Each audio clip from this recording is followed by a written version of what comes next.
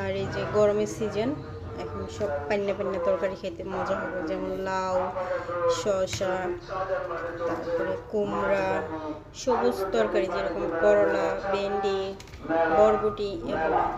আমাদের এখানে মেলা হইতেছে, যে মেলার জন্য অ্যানাউন্সমেন্ট করতেছে। তো এখন আমি এগুলো কাইটা নিব। বাসায় কিন্তু কারেন্ট নাই, বুঝছেন, বাসায় কারেন্ট নাই, ওই কারণে কাজ করে শান্তি পাচ্ছি না, গরম এনজয় করতেছি। তো এখন এগুলো সব কাইটা নিব।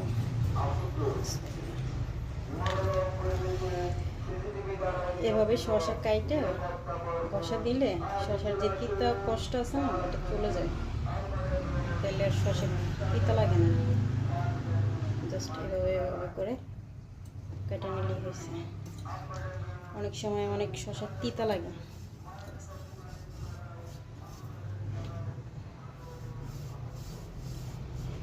আর এই দিনে এখন এই যে পরিমাণ গরম, এই গরমে যত পাতলা ঝোল তরকারি খাইতে পারবেন তত ভালো। এখন একটু মাছ, মাংস, ডিম এগুলো এড়ায় চলাই ভালো। আর যাদের মনে করেন এই ফ্যাটি লিভার আছে, তারপরে ব্লাড প্রেশার আছে, হার্টের ঝুঁকি আছে, তারা সবসময় একটু মেনটেন করে চলবেন।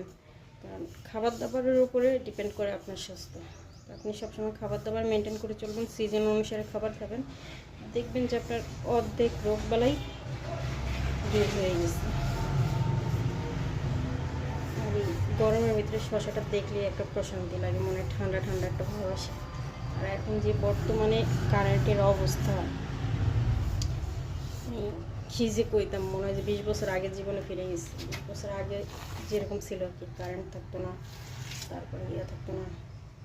আমি এই মাঝখান থেকে যেগুলো এই শসাগুলো তরকারি খাওয়ার, তো সেজন্য একটু বাত্তি হয়ে গেছে, একটু বুড়ো হয়ে গেছে, তো এই জন্য বোকাগুলো ফেলে দিলাম। এরকম এরকম কিউব করে কেটে নিলাম।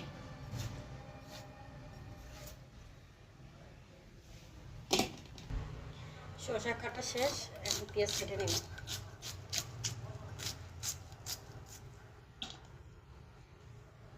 পেঁয়াজ মাঝারি সাইজের একটা হয়ে যাবে।